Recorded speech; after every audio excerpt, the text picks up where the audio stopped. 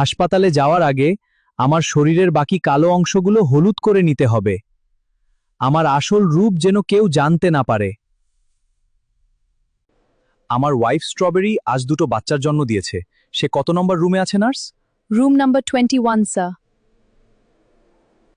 আমাদের বাচ্চার রং এরকম কালো হলো কিভাবে? স্যার, এটা কোনো জেনেটিক প্রবলেমের জন্য হয়েছে। ও আচ্ছা, কথাটা কেউ যেন জানতে না পারে। ডাক্তারবাবু, আমি আজ আমার ওয়াইফকে বাড়ি নিয়ে যেতে চাই, কিন্তু ওনার এখন রেস্টের প্রয়োজন। কয়েকটা দিন হাসপাতালে থাকলে ভালো হতো। আমি ওর অনেক যত্ন নেব। আপনি শুধু পেশেন্ট রিলিজ সার্টিফিকেটে সাইন করে দিন। ঠিক আছে। কি গো, আমাকে এত তাড়াতাড়ি বাড়ি আনলে কেন? আমি তো জানতাম 2-7 দিন থাকতে হবে। ডাক্তারবাবু বলেছেন তুমি এখন সুস্থ, তাই বাড়ি নিয়ে যেতে।